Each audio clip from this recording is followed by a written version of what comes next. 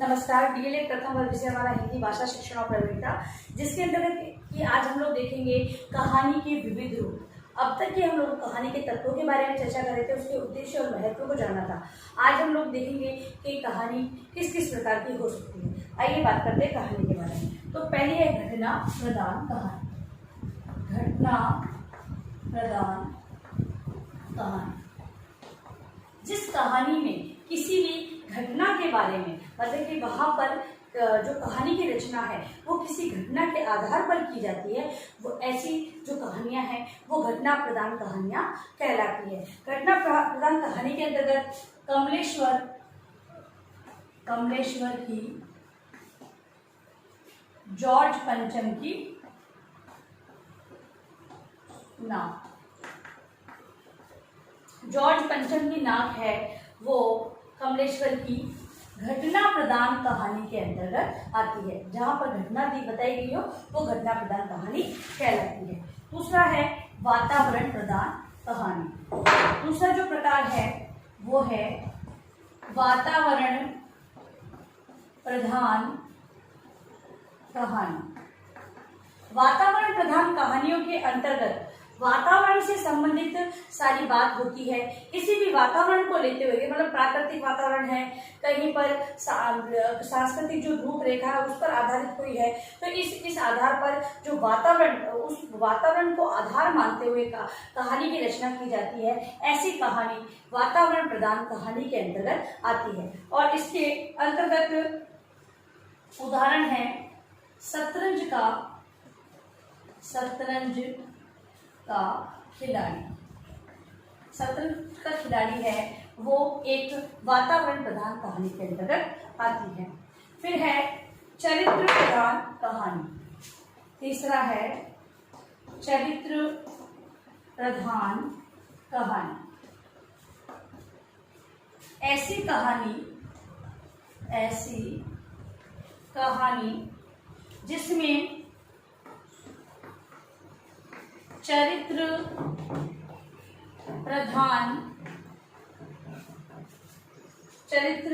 का प्रभाव महत्वपूर्ण हो, अर्थात कहानी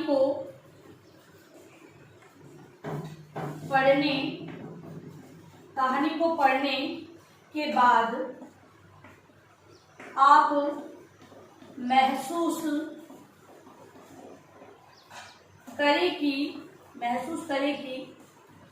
लेखक ने पात्र के चरित्र को उभारने के लिए कहानी लिखी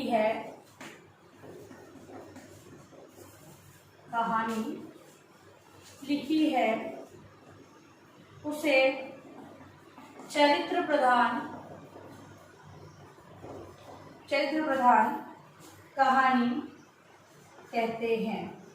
ठीक है, तो चरित्र प्रधान कहानी के अंतर्गत चरित्र का विशेष महत्व रहता है। वहाँ पर लेखक है, जो कहानीकार है, वो कहानी के अंतर्गत पात्र के चरित्र को उभारने का प्रयास करता है, और जिसे कहानी को पढ़कर सुनकर ही ऐसा लगता है कि यहाँ पर चरित्र को प्रधानता दी गई है। ऐसी कहानी चरित्र प्रधान कहानी के अंतर्गत आती है। उदाहरण के लिए गुलेरी जी की उसने कहा था। गुलेरी जी की एक कहानी है, उसने कहा था, वो चरित्र प्रधान कहानी है। अगला है कहानी का जो प्रकार वो है ऐतिहासिक कहानी। ऐतिहासिक प्रधान कहानी। ऐतिहासिक ऐसी कहानी जो इतिहास की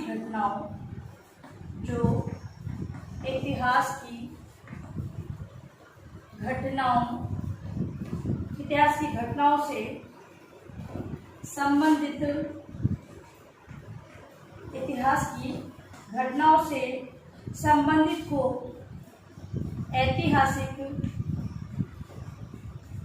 ऐतिहासिक कहानी कही जाती है। जो इतिहास की घटनाओं से संबंधित हो ऐसी कहानियां ऐतिहासिक कहानी कही जाती है। जैसे आचार्य चतुर्सेन शास्त्री की पन्नाधाय। आचार्य जो चतुर्सेन जी हैं उनकी जो पन्नाधाय और रूठी रानी जो कि ऐतिहासिक घटनाओं को बताती है, ये कहानी जो ऐतिहासिक कहानियां कहलाती है। फिर है सामाजिक। अगला जो प्रकार है वो है सामाजिक।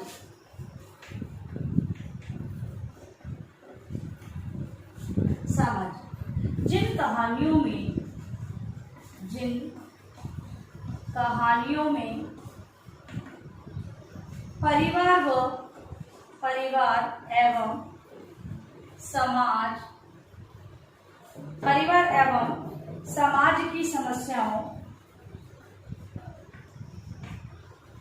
एवं समाज की समस्याओं को प्रमुखता दी जाती है उन्हें हम सामाजिक कहानी कह सकते हैं। उसे हम सामाजिक कहानी कह सकते हैं। उदाहरण के लिए प्रेमचंद जी की कहानी है अलब्योझा तथा ठाकुर का कुआं।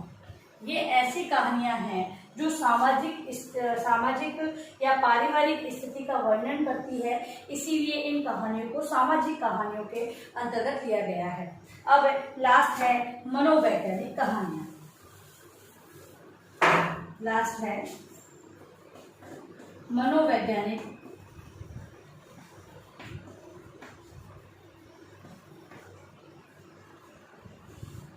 आधार पर मनोवैज्ञानिक कहानी।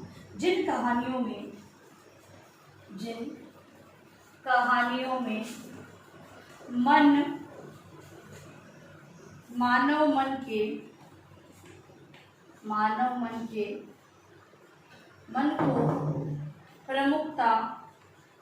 मानव मन को प्रमुखता दी गई हो अर्थात पात्रों के अंदर उठने वाले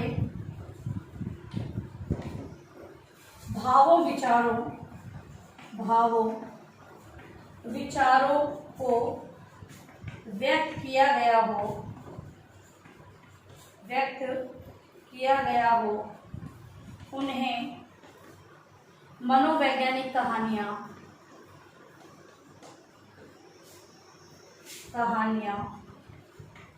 कहते हैं।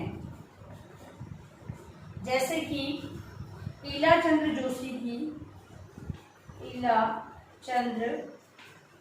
जोशी की रोगी और मिस्त्री,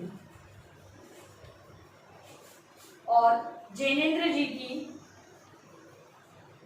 की पाजेब और पत्नी।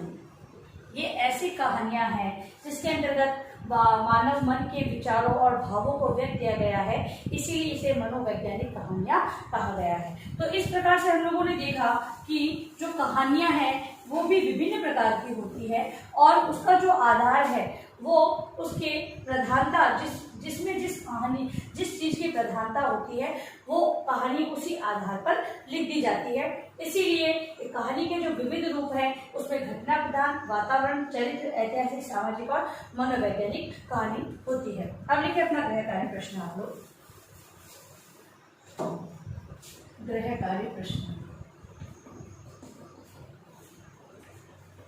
कहानी के विविध